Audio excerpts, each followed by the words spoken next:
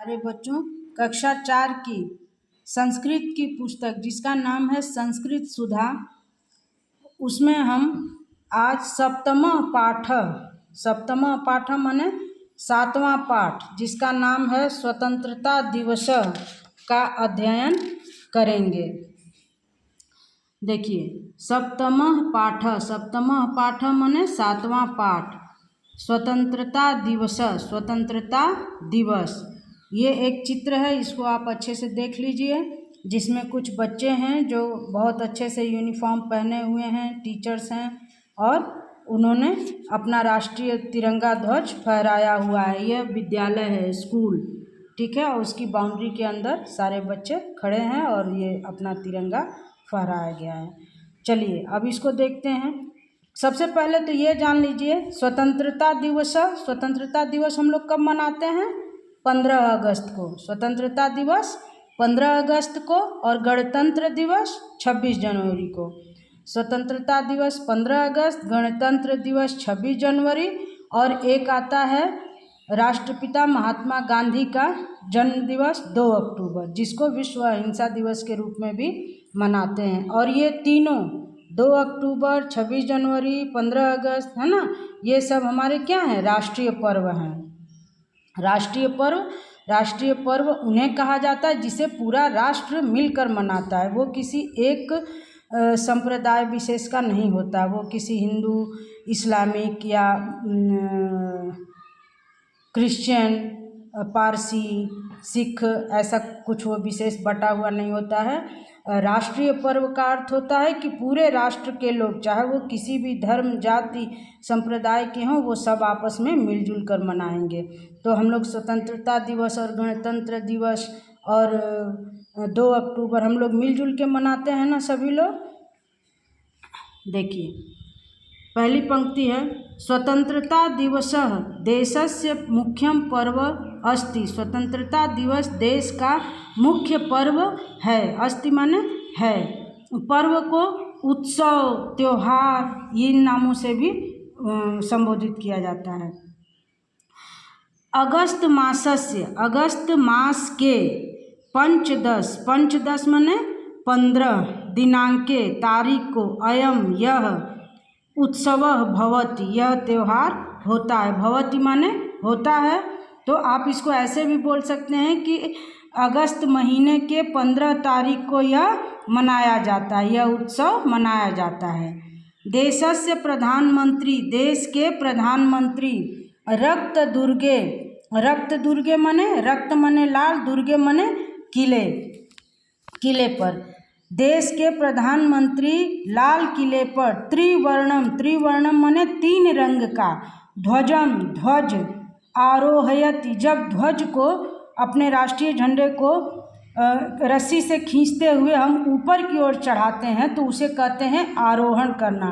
आरोहण माने ऊपर की ओर बढ़ाना। तो इसको आप ऐसे भी बोल सकते हैं कि देश के प्रधानमंत्री लाल किले पर तिरंगा ध्वज लहराते हैं या फहराते हैं। विद्यालयेषु, विद्यालय में भी, विद्यालयेषु अपि माने भी, विद्यालय में भी अयम यह उत्सव भवति, यह उत्सव होता है। सर्वे माने सभी, सभी छात्र, स्वच्छम माने साफ सुथरा, स्वच्छ, गणवेशम, जिसको आप लोग यूनिफॉर्म बोलते हैं, स्कूल ड्रेस बोलते हैं, उसी को संस्कृत में गणवेशम बोला जाता है। हिंदी में भी उसको गणवेशम बोला जाता है। गणवेश। सर्वे छात्रा स्वच्छम गणवेशम परिधाय माने पहनकर, विद्यालयम आगच्छन्ति माने आते हैं। सभी छात्र स्वच्छ अर्थात साफ सुथरे यूनिफॉर्म को, गणवेश को पहनकर विद्यालय आते हैं। प्रधानाध्यापकः ध्वजारोहणम करोति, और प्रधानाध्यापक ध्वजारोहण करते हैं। सर्वे राष्ट्रगानम गायन्ति, सभी राष्ट्रगान को गाते हैं, सभी राष्ट्रगान गाते हैं। छात्रा विविधान कार्यक्रमान कुर्वन्ति, छात्र विविध कार्यक्रमों को करते हैं। अंते माने अंत में, मिष्टान्न वितरणम, भवति, मिष्टान वितरित होता है। आप इसको ऐसे भी बोल सकते हैं कि अंत में मिठाई बांटी जाती है। इदम पर्व राष्ट्रस्य एकतायाः प्रतीकम अस्ति। इदम माने यह पर्व उत्सव त्योहार राष्ट्र की एकता का प्रतीक है। यह पर्व राष्ट्र की एकता का प्रतीक है। एकता का प्रतीक कैसे है? क्योंकि ये एक ऐसा त्योहार है जिसको पूरे राष्ट्र के लोग मिलजुल कर एक साथ मनाते हैं, ठीक ना। अब देखिए कुछ कठिन शब्द हैं जिनका यहाँ पे अर्थ दिया हुआ।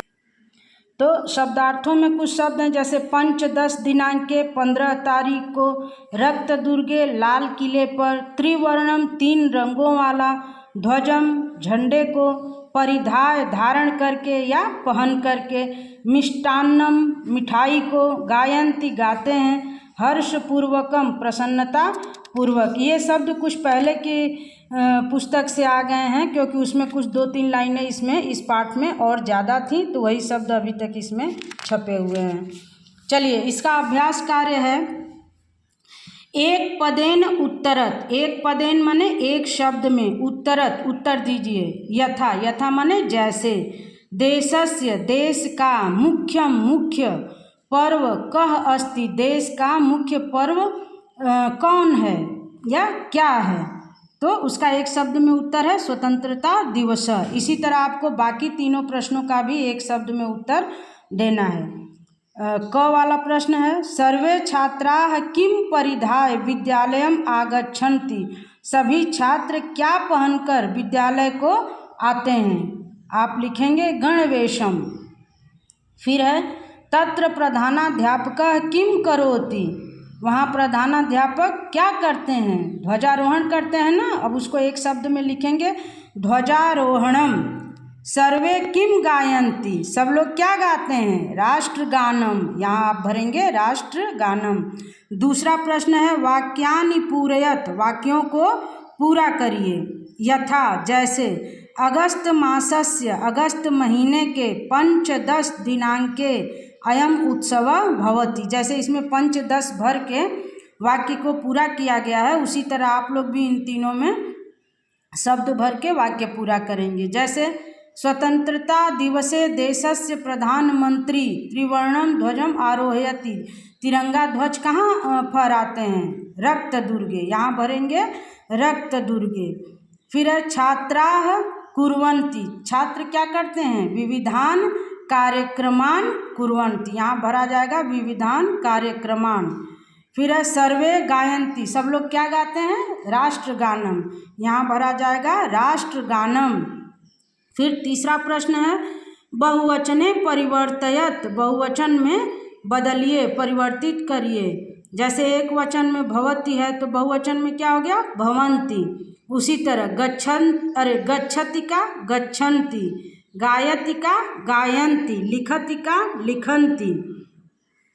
उसी तरह पठति का पठन्ति, वदति का वदन्ति, धावति का धावन्ति, और इस तरह हम एक वचन से बहुवचन बनाएंगे।